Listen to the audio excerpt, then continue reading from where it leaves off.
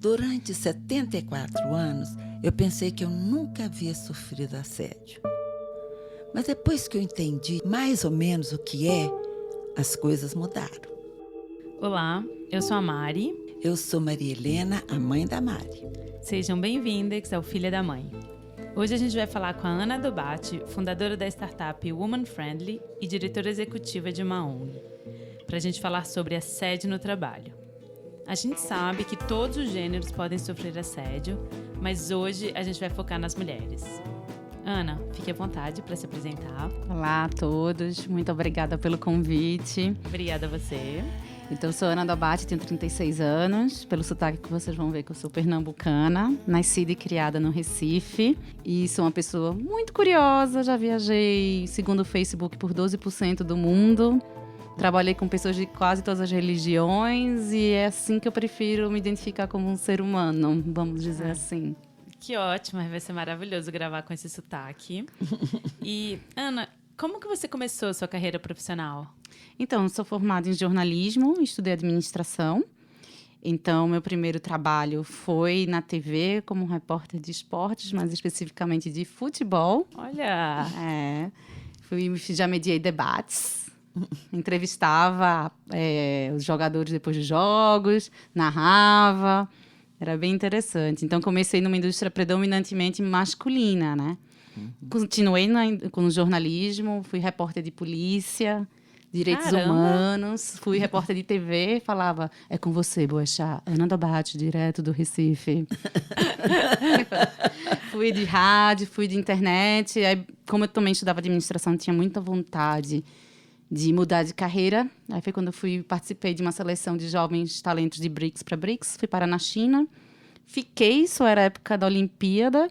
Da Olimpíada no Brasil, 2000? Não, da China. Ah, da Olimpíada da China. Você perguntou como eu comecei. Ah, é verdade. Nessa história, eu comecei a me envolver com o desenvolvimento de negócios. Aí, quando eu entro na carreira corporativa, nesse meio tempo, morei em Dubai também, trabalhando com negociações. Eu já falava mandarim. Então, para mim, eu fiquei naquele lugar, tipo, português, mandarim, bicho estranho, raro, né? Consegui algumas oportunidades. E aí, quando eu volto, eu estava com um perfil interessante para trabalhar no meio corporativo. Nessa história, foram 11 anos atuando em algumas das maiores empresas da América Latina. Então, em resumo, foi isso. Minha última empresa que eu trabalhei foi no Rio 2016, então, com Advocacy e Relações Internacionais. E você, então, passou por várias empresas. E você acabou formando a sua própria empresa, que é a Woman Friendly. Conta pra gente o que é o Woman Friendly. Então, em 2017, pós-Olimpíada, eu resolvi tirar um sabático. Voltei para casa de manhinha, painha, voinha, no Recife. Nesse ínterim, eu senti muita vontade de pegar tudo que eu aprendi, porque eu trabalhei em empresas diferentes, fazendo coisas diferentes, em países diferentes, né? E tinha muito uma chamada para fazer algo, já que eu parei, obrigatoriamente, depois da Olimpíada, você está desempregada, né? Eu fiz, se for para recomeçar, eu quero recomeçar com algo que faça sentido para a minha vida. Eu encarei realmente como uma oportunidade. Eu solteira, sem filho, com reservas financeiras. Então, assim, deixa a minha criatividade falar. Aí, contando a história, fui para o Uruguai, tirar um sabático lá, 10 dias, sabe? Liberdade criativa. Sofri uma situação de assédio. E aí, o garçom chegou e mediou. Chegou para o rapaz e falou, olha, eu acho que ela não está muito afim. E o cara, não, ela não está afim. Aí o cara saiu e depois ele perguntou se ele voltar a insistir, me avisa que eu tomo uma providência. E ali eu percebi uma oportunidade de algo que eu nunca tinha vivenciado no Brasil e em outras oportunidades fora do Brasil também, porque assédio só não acontece aqui. Que era o fato de eu ser enxergada como um ser humano ou minimamente como alguém que estava consumindo e que merecia segurança e respeito. Porque eu já estava, tipo, com aquela linguagem corporal, né? Pega a bolsa e vai embora. E o garçom foi genial. Então, quando eu voltei. Eu acho que essa é a minha oportunidade de missão de vida. E aí, voltou também em paralelo que as coisas não são desconexas. Eu estava fazendo terapia. E aí, começa a você reviver os traumas que você revive ao longo do caminho com assédio no ambiente de trabalho. E aí, eu fiz, mas como é que eu resolvo? Vamos para o lado business da coisa. Qual é a minha fortaleza? É entender o que as empresas precisam. Assédio foi no auge do Me Too, do movimento Me Too. Só se falava nisso. E eu não queria ser uma ativista de Facebook. Então, fiz, vem cá, juntando tudo isso, todas as minhas experiências. Então, eu criei um protocolo junto com a minha sócia, Natália Valdou, que é uma advogada, também militante, que também sofreu assédio, também viajou por outros lugares como eu. A gente tentou entender o que é que a lei brasileira dizia em relação à empresa, a obrigação dela com a cliente e com a funcionária. E a gente começou a criar esse protocolo e também entendeu que tinha um ganho para a empresa, porque ela também, de uma certa forma, se ela evita o assédio, ela também está protegida com outros riscos, porque a lei é clara. Pelo Código do Consumidor, pelo Código Trabalhista, a empresa tem a obrigação de proteger a cliente e a funcionária. Tá, mas como é que a gente faz isso? A gente entendeu que também não adianta a gente só ir para o controle, a gente tem que ir para a educação. Então, resumindo, a gente criou um processo de certificação de uma empresa que seja livre de assédio, women friendly, que tem como principais processos levar a educação para os funcionários, conversar com eles, a gente tem palestras, a gente tem curso online para explicar exatamente o que é o assédio, pela perspectiva da lei, pela perspectiva comportamental. Tipo, a gente diz, vamos fazer um pacto, zera tudo e vamos recomeçar. Aquela conversa que você tinha que o pai dizia que mulher gosta disso, não, pela lei isso é crime, né? Isso é ruim, e seu chefe não quer que você faça isso, né? Porque senão tem consequências para você e para a empresa. Então, a gente faz para esse lugar sem culpabilizar, mas realmente vamos revisitar condutas, né? Mostrar também para a mulher como é que ela deve agir, como é que ela deve acolher uma mulher que pede ajuda, porque às vezes nós mulheres também somos machistas, também julgamos a outra. Então, partindo do princípio da educação, outros processos como ouvidoria, como também está muito claro no Código de Ética da empresa, está sinalizado internamente aquela empresa comprometida contra o assédio, e a certificação é anual, submetida à auditoria, e a empresa só ganha por mais um ano o selo se tiver feito tudo direitinho, porque também, se a gente detectar que é para inglês ver, não dá, né? Não dá. Primeiro, por mais garçons como este, né? Por favor. E nos Estados Unidos, 98% das empresas já têm políticas de treinamento contra o assédio, né? E 70% já tem programas de prevenção. 70%, tá, gente? E olha que, apesar do Trump, você tem ideia destes dados no Brasil? Olha só, no Brasil, e também só fazendo um adendo, tá, sobre os Estados Unidos, assim, realmente é uma cultura, é um estado de controle, né, muito forte, as penas são altas, a justiça acontece, mas também não é tão maravilhoso assim. Porque, por exemplo, eu já peguei vários casos, inclusive, de palestra em Miami, que tem ouvidoria, só que é para prejudicar a funcionária. Então, como assim? Tem uma ouvidoria, tá tudo bem. Daqui a pouco, a mulher que denunciou o assédio é demitida por baixa performance. E daqui, quando vai chegar no tribunal, processos com juízes machistas também. Então, acontece lá, mas aqui também está acontecendo, tá? E também não está um mundo perfeito. Quando eu digo que está acontecendo aqui, é que uma pesquisa da Courier, divulgada no final do ano passado, mostrou que nos últimos 3 anos, o número de casos envolvendo assédio na justiça brasileira aumentou 200%. E desse número, 88% é relacionado à esfera trabalhista. Então, assim, claro que no momento que as pessoas estão discutindo e tendo consciência, isso vai impactar a justiça. Mas não necessariamente isso está dizendo que está sendo bem resolvido. A gente ainda encontra casos em que o homem é favorecido por toda uma cultura machista, ou então aquela conversa do juiz do tipo assim, mas será que não era só uma brincadeira? Né? Por que só agora você veio procurar a justiça? Então, também é uma parte do trabalho da gente mostrar para a mulher como é que ela não cai nessa cilada, qual é o protocolo que ela tem que agir quando ela for vítima, porque caso ela chegue a ir para a justiça, ela está toda protegida no passo a passo, porque se cair na mão de um juiz desse... Entendi. Então, vocês têm um trabalho que começa na educação e depois tem todo um acompanhamento, assim, também. A gente acompanha os casos, na verdade, mais por jurisprudência, né? Porque a lei está mudando. Então, a gente fica tentando entender como é que os juízes estão pensando. De fato, melhorou muito. Cada vez mais a denúncia da mulher tem peso. Fica muito ônus do homem provar o contrário. Mas ainda tem muito a percorrer na justiça. Ainda tem muito juiz machista. Ainda tem muito homem protegido pelo patriarcado. É incrível. E muita empresa também que ainda não está preocupada com isso, ou lideranças que não estão preocupadas com isso. Mas vamos um passinho de cada vez. Sim. A gente chega lá. Com certeza. Teve uma experiência assim, pessoal mesmo que determinou que você começasse essa empresa? Teve várias. Teve tanto quando eu era repórter de futebol. Eu me lembro muito, assim, de gritos de torcida por eu ser mulher, palavras de baixo calão. Ter que entrevistar o torcedor depois, eu prender o cabelo e o câmera ficar atrás de mim, assim, porque senão realmente passavam a mão, sabe? E a gente vai passando por tudo isso por cima, achando que, tipo, é porque eu fui mulher e não era para eu estar aqui. Culminou também com quando eu vou ser repórter de política, aí você lida com gente que tem poder, entendeu? Que pessoas que ameaçam, como assim? Quem é você para me dizer não? Foram várias. Eu não posso dizer que foi uma isoladamente que foi o gatilho, mas eu acho que é essa vivência que a gente somatória. tem. Somatória. Ele está num lugar que não foi desenhado para gente. Delegacia de polícia, você imagina o que era eu chegando como estagiária. A novinha, quem é essa? Nossa. Né? Então, deixa eu me agarrar nos seus brincos, que eu usava umas argolas, assim, e mandava por escrito, por SMS, sabe? Que hoje em dia era uma super prova para processar, né? Porque na época... E aí você chegava para falar... E aí eu acho que isso é uma coisa que me marca muito até hoje. É você chegar para falar com sua chefe e ela dizer, então só vou mandar você para a matéria, porque significa que ele gostou de você. Então é todo um sistema que vai, sabe, te encurralando. Então por isso que eu digo que não foi um gatilho. Foi uma série de acontecimentos que quando você se dá conta, não, tá na minha mão agora tentar fazer algo para ajudar outras mulheres, que com certeza também eu não estou sozinha nessa, né? Que também demorou para identificar, tá? Muito tempo eu me julgava achando que era eu que provocava isso. Como mas você acho se que não é só vestia. ela que pensa assim, não. É verdade. E como que esse assédio afetou o seu desempenho profissional?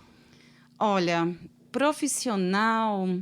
Eu lembro de situações de medo, de constrangimento, mas eu tinha uma coisa dentro de mim que era tipo, não vou permitir que isso me pare. Né? Então, assim, eu tive que lidar com medo constante. Inclusive, depois, quando eu saio da reportagem, vou ser executiva de negócios internacionais, é aquela história. Eu ficava, às vezes, 30 dias viajando sozinha. E eu lembro do gestor de RH dizer, essa função não é para você. Essa função é para um homem. E aí, meu chefe que me contratou fazer, pelo amor de Deus, volte inteira, intacta, porque fui eu que lhe banquei nessa posição, porque ninguém queria você aqui. Caramba! Então, o próprio chefe já sabia de tudo, né? Assim, de todos os riscos que você corria por ser mulher e estar em posições teoricamente masculinas.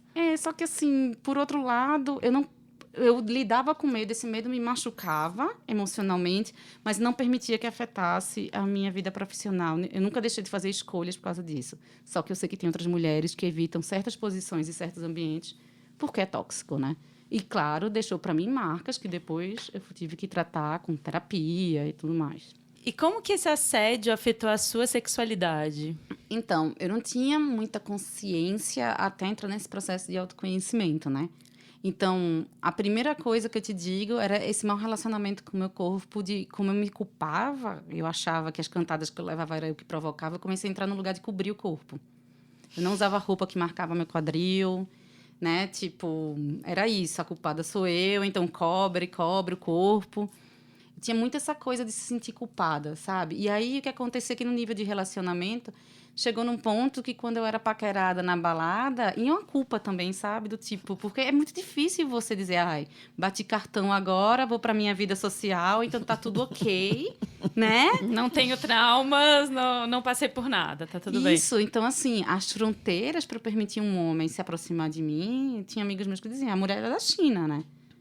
Porque eu colocava tanto empecilho, com medo que aquele flerte fosse, na verdade, se transformar num assédio, porque a coisa, para mim, não estava clara da fronteira, né? Que você se coloca num lugar de medo. Tive namorados, tive. Mas, assim, eu posso te dizer que minhas amigas se relacionavam muito melhor com essa coisa do flerte. Eu sempre tive um lugar muito de defensiva, sabe? Pouquinhas coisas já me deixavam incomodadas, sabe? Que era o medo, no final das contas. Você se fechou completamente, assim. Sim. E aí você começou a fazer terapia. Porque você começa a ficar numa relação mal resolvida com os homens, entendeu? E para mim, nesse ponto, saber o que era assédio foi libertador, porque hoje eu sei o que um cara que tem a intenção de me constranger e um outro que está simplesmente dizendo, você é linda, boa noite. E aí, se eu disser não gostar e o cara foi embora, ok. Sabe? Então, acho que isso mexe, sim. Mas não uma relação só com os homens, com você mesmo também, né? Sim. Principalmente, né? Principalmente. Bom, ela falou que agora ela pode caracterizar melhor o que é o assédio. Então, explica para mim, o que caracteriza o assédio sexual dentro no ambiente de trabalho? Olha só, vamos lá falar pelo que diz a ONU, tá? A ONU é muito clara. Qualquer ato de conotação sexual que cause desconforto físico ou psicológico na vítima é assédio, é violência. Então, quando eu falo desconforto, porque as pessoas às vezes acham que o assédio é aquela coisa extrema, que quase beira o estupro pela lei, né? Que é o encoxar, é passar a mão, é puxar o cabelo. Não. Aquele cara que usa, né, de se aproximar de uma mulher para constrangê-la na frente dos outros. Então, a pessoa fala, mas eu não posso nem dizer que está bonita. Qual é a intenção que você está dizendo que a mulher é bonita? Uma coisa é, tudo bem, você está muito bem hoje. Outra coisa é ela chegar no ambiente de trabalho e o cara gritar, tá bonita hoje. E você sabe qual é a intenção que está por trás. Né? A gente sabe disso. E também, se você fez, é o que eu sempre falo, mas eu falo isso com todo mundo e você notou constrangimento, pede desculpa e para. Porque, na verdade, o que limita o assédio, do flerte, da brincadeira, é a reação que você causa no outro. Né? Então, pedir desculpa e vida que segue, não repete mais, tá tudo certo, entendeu? Agora, claro que tem intenção, tem o uso do poder, né? Qual é o poder que eu tenho de falar isso para essa pessoa e essa pessoa ter que se calar e engolir, né? Para seguir a vida, para não perder o emprego, enfim. Então, é muito a intenção por trás e esse uso de poder, essa dinâmica de poder por trás. E existe alguma escala de gravidade? Tipo, fala, mensagem... Obviamente, o toque, né, já entra num outro lugar. Olha só, vamos lá. Tem um equivocado, né? O cara equivocado é aquele que aprendeu que mulher gosta de ser cantada, que mulher gosta de brincadeira. Então, esse equivocado, vale uma conversa com ele, né? E dizer, olha aqui, meu querido, você está causando constrangimento em alguém? Isso é assédio. E provavelmente esses param, quando é só equivocado, né? Quando está na situação de poder, a gente vai para um lugar que é o ciclo da violência. O ciclo da violência que já é estudado na academia, tanto no assédio quanto na violência doméstica. Geralmente, a violência, quando descama para um feminicídio, começou lá atrás, com a violência psicológica, com a agressão, com aquele puxão. A coisa vai encrudecendo até chegar numa morte. No assédio é a mesma coisa, é a piadinha, e a pessoa vai passando por cima. Daqui a pouco, o cara, se ele estiver nessa esfera doente de relação com o poder, daqui a pouco ele está dizendo, minha filha, vai ou desce. Então, por isso que eu acho complicado, né, quando tem esse contexto de eu uso o meu poder, de colocar numa escala, porque isso, inevitavelmente, pode crescer para algo muito danoso. Eu não consigo entender, assim, fala assim, assédio moral e assédio sexual.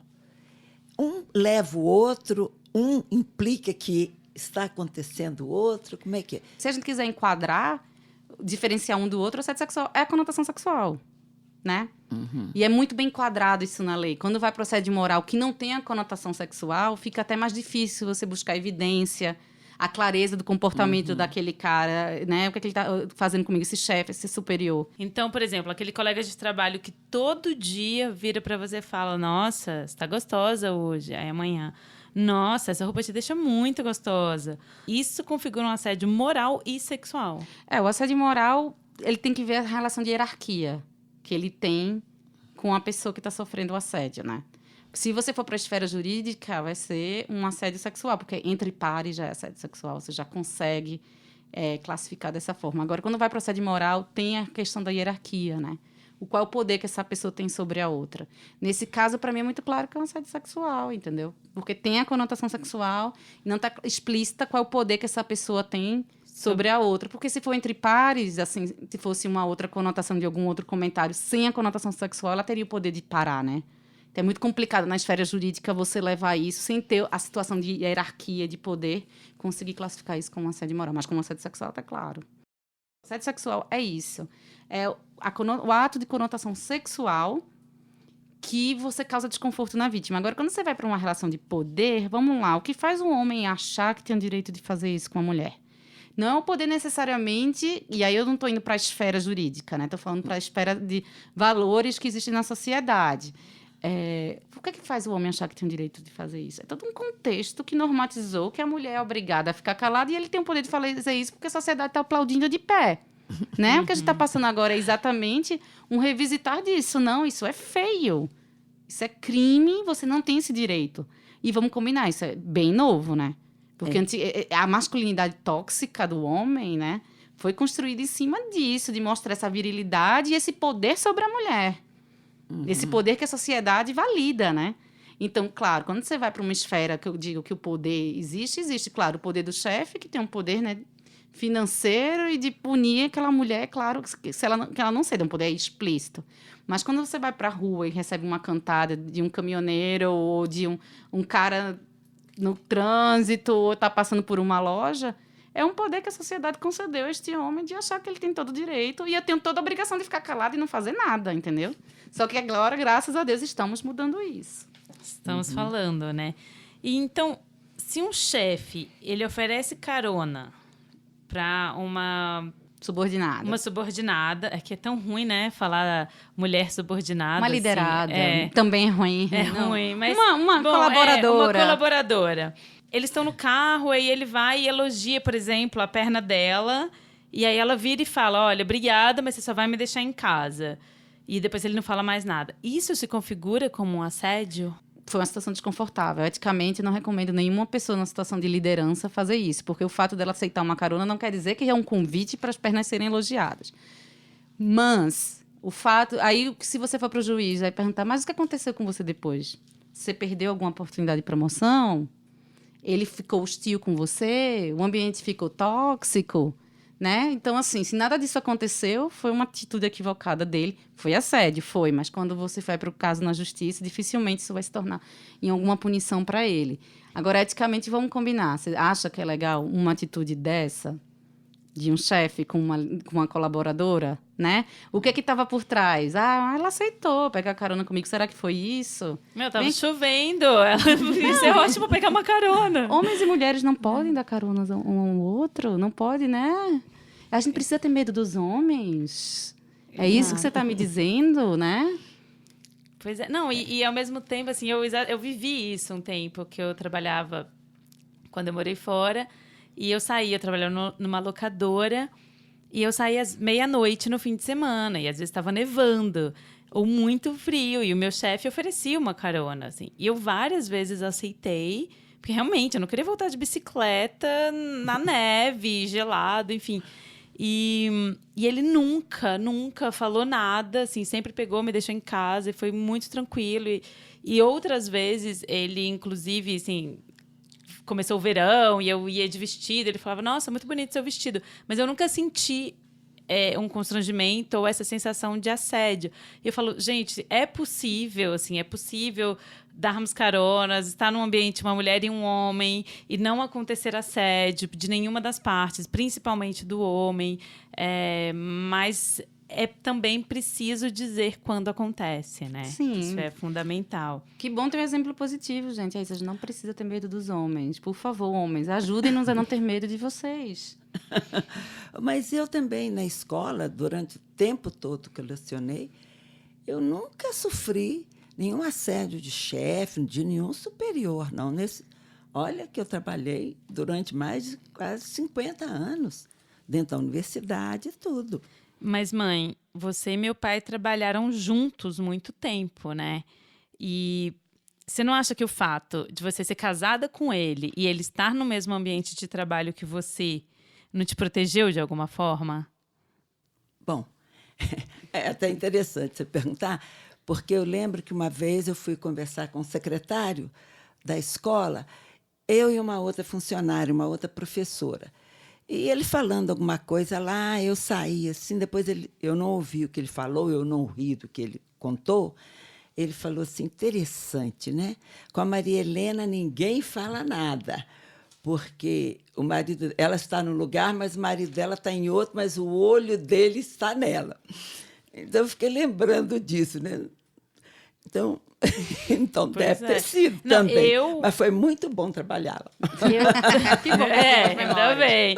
Eu também achei que eu nunca tivesse passado por uma situação de assédio sexual no trabalho. E, enfim, pesquisando para hoje, assim, eu falei, caramba, eu passei uma situação muito constrangedora. Eu vou te contar porque eu quero saber depois como levar ou como eu deveria ter levado. Eu estava trabalhando num evento. Eu sempre trabalhei com muitos homens, assim. E nesse evento, eu cuidava da projeção do evento e eu entrava todo dia numa sala de controle com mais ou menos 8 homens. E eu sempre tinha um canal de comunicação no fone com 4 deles. Eram 2 mais velhos, um da minha idade e um pouco mais novo. E aí, enfim, a gente estava lá todos os dias. Eu chegava todo dia, ficava 12 horas trabalhando. Aquela loucura de trabalhar em evento.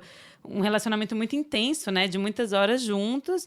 E, enfim, eu sempre chegava simpática, porque, além de tudo, eu tinha que conseguir as coisas que a gente precisava, assim.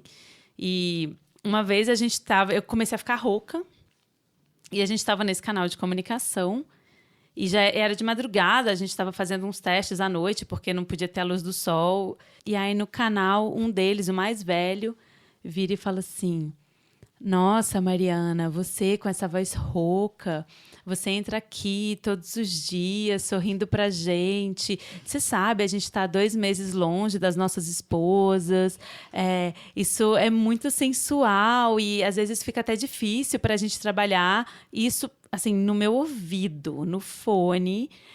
E na hora eu não sabia o que fazer. E o outro cara ainda complementou: porque a gente está longe delas e a gente está aqui com você todos os dias, vem de saia. Gente, era um calor de 40 graus, eu estava num lugar muito seco e eu ia trabalhar de saia, de short, do jeito que eu precisava ir trabalhar. E eu não soube o que falar, assim, eu não lembro, eu fiquei bem desconcertada, assim. Eu lembro que o garoto mais novo, que também estava no canal de áudio, ficou super, assim, ele não sabia se dava aquele... Ele parece que deu uma risadinha de muito sem graça, assim, pelos chefes dele. E aí, eu não sei, eu acho que eu peguei e mudei de assunto e falei: não, vamos trabalhar e tal. E aí, depois disso, um desses caras mais velhos chegou na festa, veio e me deu uma flor, assim, e começou: porque você é muito charmosa e tal. E aí eu virei e falei assim: muito obrigada pela flor, muito obrigada pelo elogio, mas a gente é colega de trabalho.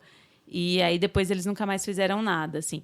E aí eu fiquei pensando, assim, isso foi em 2017, mas hoje eu acho que eu deveria ter falado alguma coisa na hora, no fone, no ouvido deles, assim, porque foi extremamente constrangedor e ter falado, sei lá, resolvam-se sozinhos, vamos trabalhar enquanto a gente está aqui.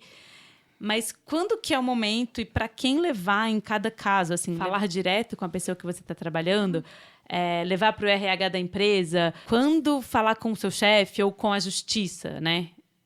Olha só, primeira coisa, não se julgar, porque, assim, claramente foi uma demonstração de poder de 2 homens que se uniram contra você, que é uma mulher, te constrangendo em público, né, na frente de outros. Eram 2 contra 1, é pura covardia, né? Então, eu não me julgaria, como eu também não julgaria, tipo, várias mulheres que não conseguem reagir, porque não é obrigação da gente estar indo para trabalhar como se fosse para a guerra. O culpado é eles que estão, sabe, se unindo para constranger uma pessoa que está ali para trabalhar. Claro que a gente estimula as mulheres, até por uma questão de protocolo, porque a gente já viu o juiz várias vezes perguntando: mas não foi uma brincadeira?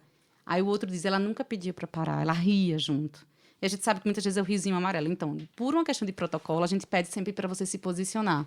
Não gostei, pare, e se possível na frente de uma testemunha, porque se você for para o tribunal, o juiz vai perguntar: ela já alguma vez pediu para parar? E se ele mentir, ele vai estar mentindo na justiça. Então, é uma forma de você se proteger, mas não tem que se cobrar, a culpa não é sua.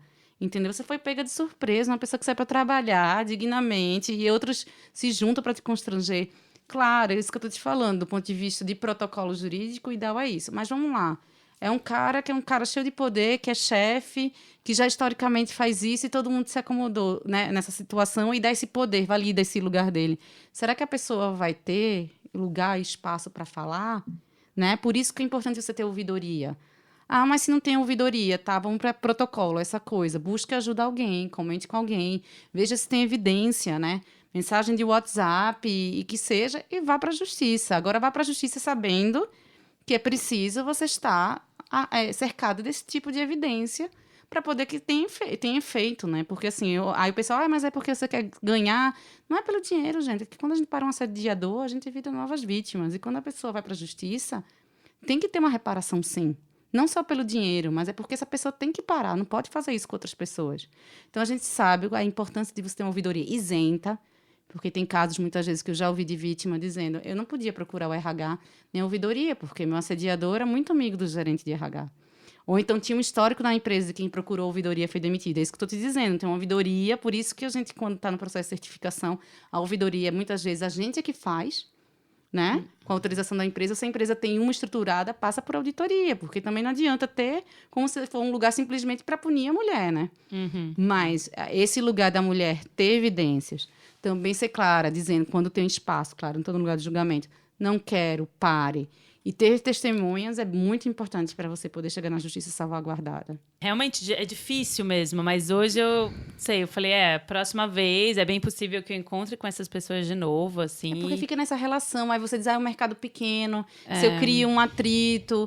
É difícil mesmo, a gente tem que começar a rever, e por isso que tem lei, por isso que o pessoal, principalmente desses meios mais, digamos, fora de empresa, mais frágeis de vínculo empregatício, é tão tóxico, e isso acontece com tanta frequência, porque você também coloca essas pessoas no lugar de poder. Eu posso fazer o que quiser, porque ela sabe, né? Senão amanhã eu não contrato. É assédio, é relação de poder do mesmo jeito. Tá bom. Agora, mulheres unam-se, porque assim, a assediador não faz com uma mulher só, faz com várias. E aí, quando uma começa a saber, outra começa a saber. Por isso que eu falo, muitas vezes não tem um RH, mas faz um comitê de mulher. Porque aí vai ter outra que vai buscar ajuda, em vez da história ficar sozinha com uma, já vão ter 6. Aí começam os homens a terem medo, entendeu? Então, mulher unir e agir em rede é a coisa mais importante que tem para se proteger nesses ambientes. Agora, também, às vezes, precisa cruzar com uma que diga, olha, não dá, tô aqui para trabalhar, e isso é assédio. Né? Porque agora a palavra também está começando a surgir efeitos. Você é um assediador. Nossa. Bem-vindo.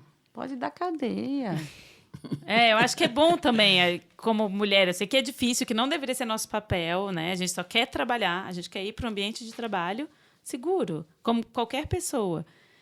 Mas, bom, vamos fazer o que a gente tem que lutar de algumas formas, de várias formas, né? Do que a gente conseguir também. Inclusive, May, como você achou que não tinha sofrido nenhum assédio e agora você sabe que sofreu vários, conta pra gente. Eu sou bióloga. A primeira excursão imensa da faculdade, uns 60 alunos, com vários professores, nós íamos fazer um levantamento de uma área no aspecto geográfico, fauna, flora, aquele encanto, assim. Eu estava encantadíssima, certo? E, quando nós saímos de viagem, a gente ia parando para poder observar o relevo. Tal. Tinha uma cachoeira, assim, e um riozinho, e meu pai não deixava eu usar calça comprida, não, sabe? Eu ia de saia. Eu cheguei perto do rio, entrei, a água batendo, assim, na altura do joelho, mas respingou na saia. Eu levantei um pouco a saia e torci a saia. Alguém tirou foto, todo mundo riu, assim. Não achei graça nenhuma, não. E chegamos depois num lugar, uma fazenda grande, onde todo mundo ia dormir numa sala, todos os grupos, todo mundo, 60 pessoas, colocando colchão e tal. E nós saímos para jantar. Um professor, que foi o que tirou a foto, chegou depois perto de mim e falou, bebe isso. Eu falei, não quero não, bebe um pouquinho. E conversando comigo, bebe mais um pouquinho. Tal. E eu bebi um pouquinho, boba, né? Assim, achando uma graça, achando que estava conversando com o professor. Acabando, a turma já tinha saído para fora da casa, estava no quintal, uma lua linda. O professor foi comigo até lá fora e me deixou com o meu grupo de colegas. Aqueles colegas mais famosos da escola, na época, os garanhões da escola, e conversando, eu fiquei lá umas 2 horas com os meus colegas, conversando, morrendo de rir, eu devia estar mais tontinha mesmo, não sei, e voltei para a sala depois. Aí o professor veio e me tirou para dançar, e virou e falou, como é que foi lá com os seus colegas? Divertiu muito? Falei, estava bom. Mas tudo bem, e o fulano de tal? O que tem o fulano? Já que agora você ficou com ele, aí, quem sabe, não tem problema nenhum da gente poder... eu falei, peraí, comecei a chorar e saí.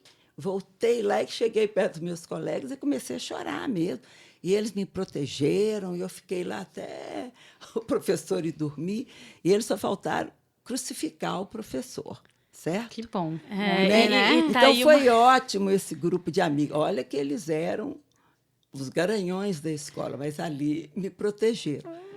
Gente, porque garanhão, tipo, você tá paquerando as meninas, e as meninas estão querendo, tá tudo certo, cada um fazendo uso da sua liberdade. Agora, a ser conivente com um assédio, você no papel de professor, de educador... E é maravilhoso também, né? Que, tipo, que os seus colegas da faculdade te apoiaram, ficaram do seu lado, assim.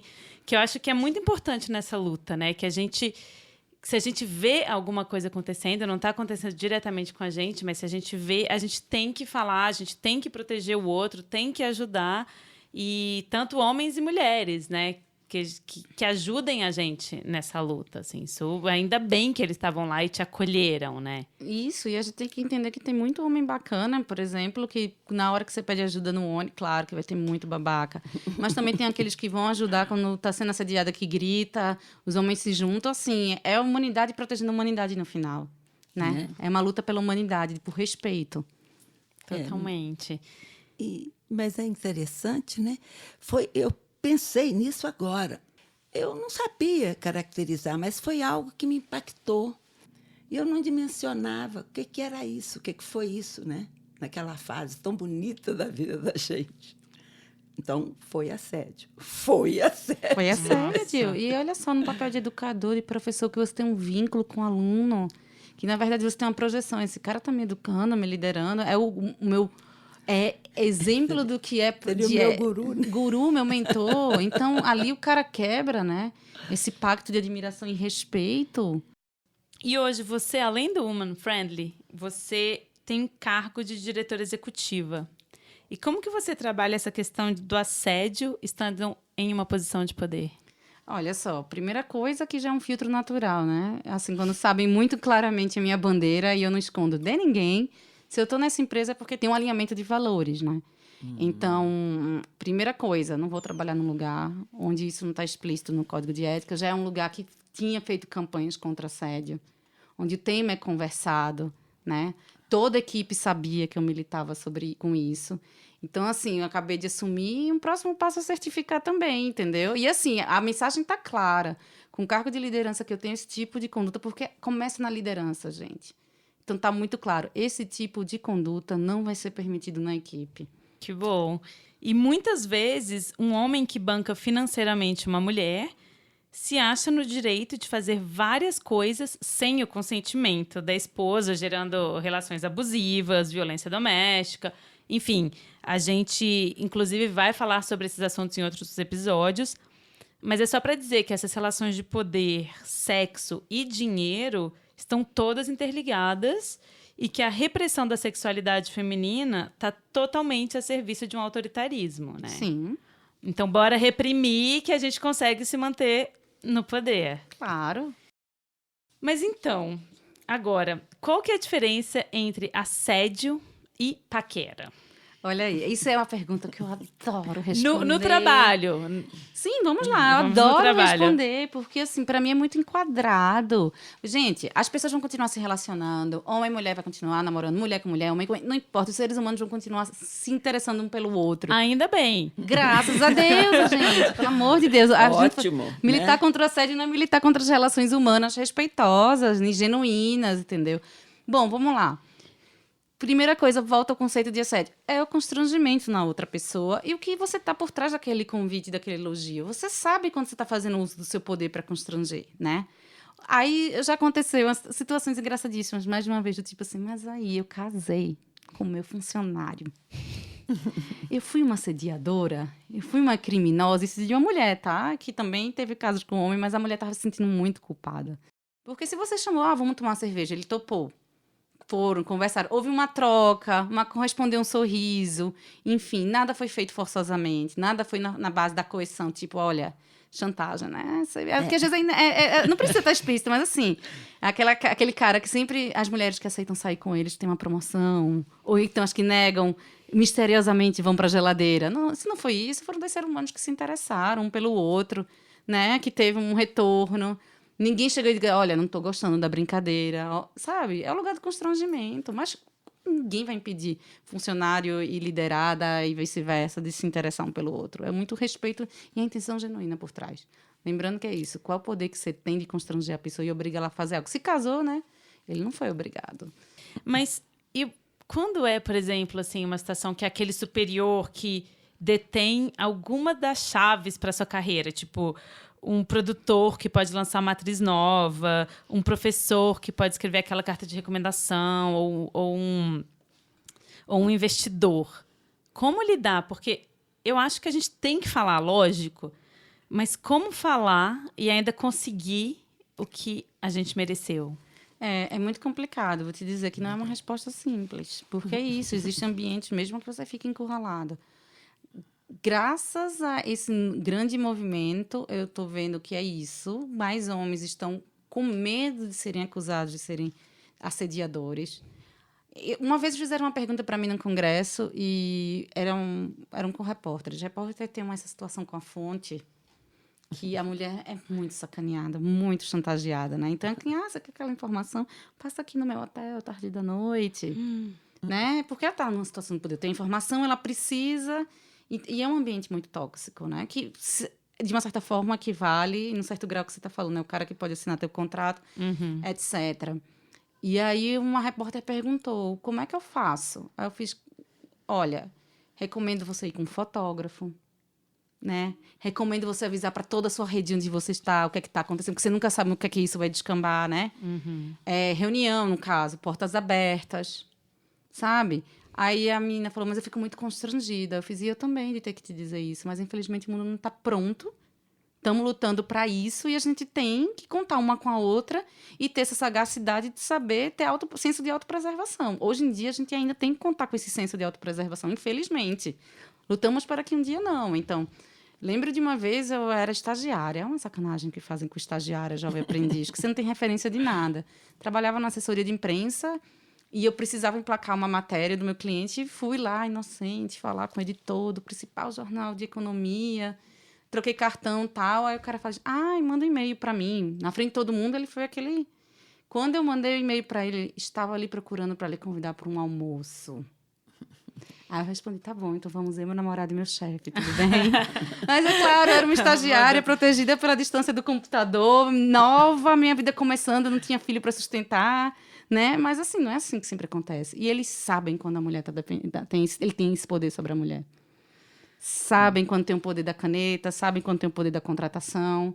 E, infelizmente, nesse lugar que eu te disse, não é uma resposta simples, mas a gente tem que ter senso de autopreservação e é isso, contar uma com a outra. E você ainda tem asco, Ana? Assim, tá numa situação muito mais bem resolvida. Eu acho que eu entrei num lugar do tipo de saber separar. Entrei também nesse lugar de eu não me culpo, a culpa é do outro, né? Também entrei num lugar de entender que algumas culturas foram normatizadas, muitos desses aprenderam na mesa de jantar que era para ser assim. Eu tenho um asco, eu sou intolerante, mas eu vou muito para esse lugar de entender que é um fenômeno que foi normatizado, que eu não vou me permitir enlouquecer, mas de ter força para conversar. E aqueles que não querem escutar é o poder da lei, da denúncia. Né? Teve esse caso da Copa do Mundo, recentemente, dos caras que se juntavam. Um deles eu conhecia até de vista. Veja o fenômeno que foi. A mulher na Rússia... Aqui no Brasil, mulheres de norte a sul se juntaram para dizer a gente não permite mais, entendeu? Somos intolerantes e temos que ser mesmo intolerantes com isso. Para o bem de todos e todas. Exatamente. Eu agora comecei a lembrar de umas coisas, mas não, acho melhor parar. Obrigada, Ana, foi maravilhoso, mesmo. Eu já te conhecia. Aliás, eu conheço a Ana...